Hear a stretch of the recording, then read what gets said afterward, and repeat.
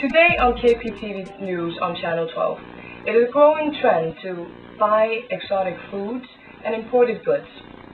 And many cultures' identities are connected to products that are grown or manufactured outside of Canada. The downside of this is that it affects our environment. Goods have to travel a very long way before they reach our stores. Our reporters in the field asked Vancouverites and local experts about their thoughts on this matter. In Vancouver, increasingly more and more of our food that we consume here does not come from this region. A lot of it comes from other places.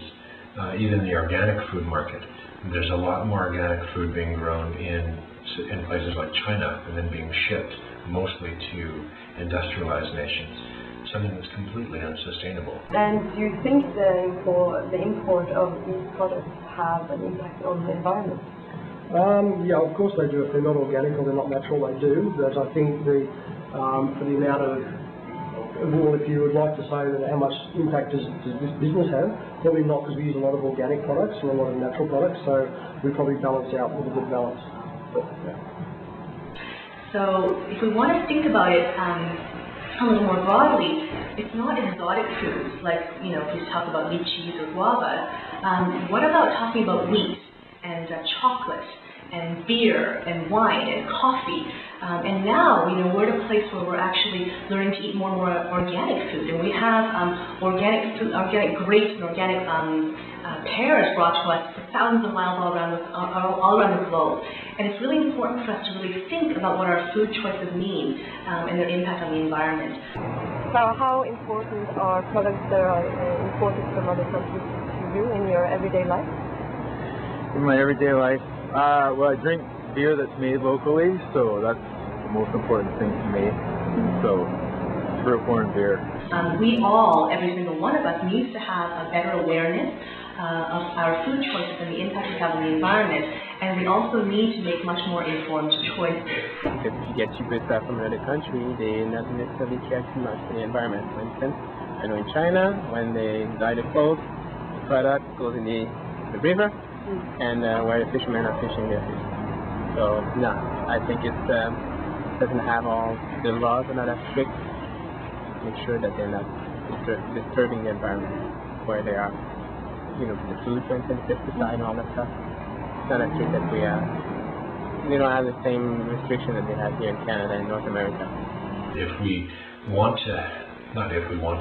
to grapple with sustainability, and one of the key components of that is going to be food security. So part of, I think, what you're talking about is how do we build food security?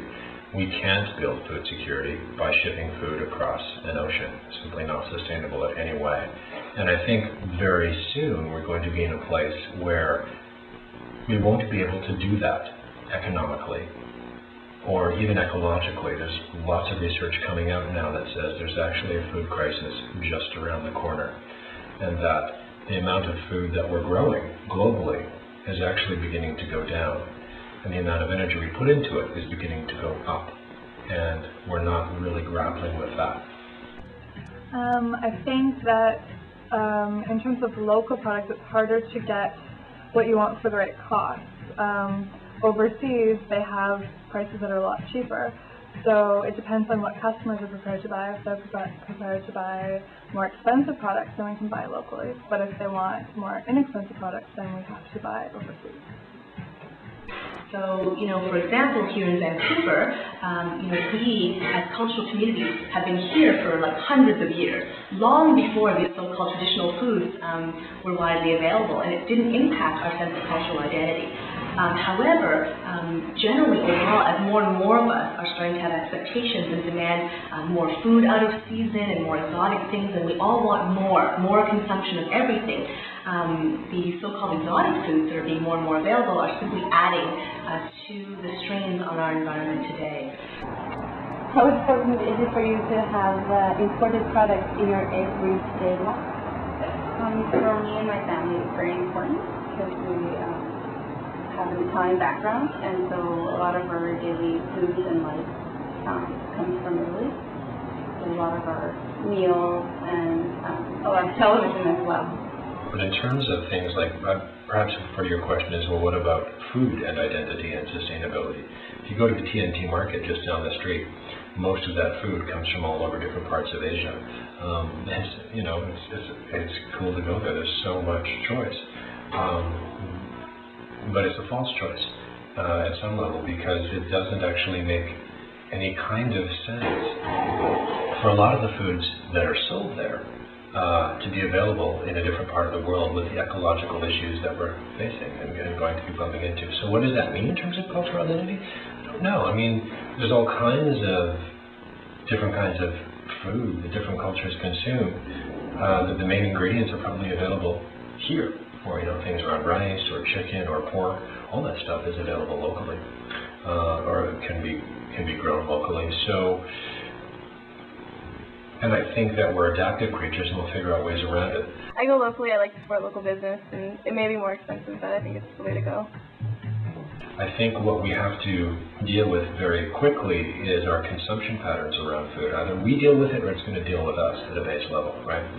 So in terms of around consumption of foods and shipping foods across oceans into new markets, simply not doable. There's a group here that's done a lot of work on something called the 100-mile diet. It's actually a couple of people. They're really interesting. And essentially, they, for a period of time that might have been a year, they decided they would only eat food that had been grown within 100 miles of where they live. And then they would track that impact, because some people say that that's our sustainability. We need to be thinking along those lines. So they went through a whole process. They've written a book on it. There's a website called the 100-mile diet, and they tracked their changes in health. They lost a bunch of weight. They, some things became much more expensive. They had to think much more strategically about how they were going to eat and how they were going to get different sources of food in their lives. And I think these folks are pioneers. So it's really important to me for us to think about it in a much more global sense, from a global food system.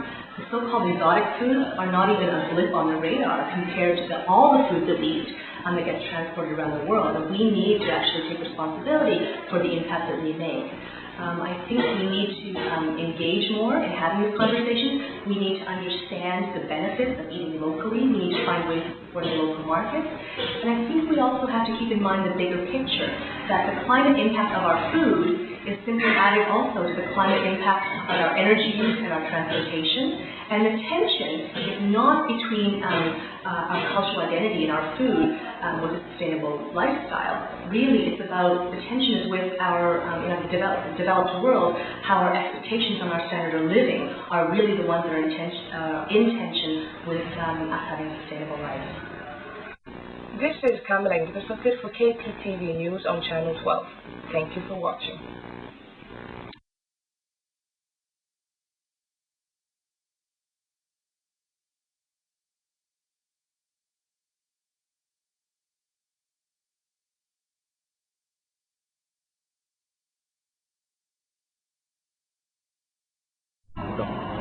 I think I answered that question. That's good. That is pretty good. All right.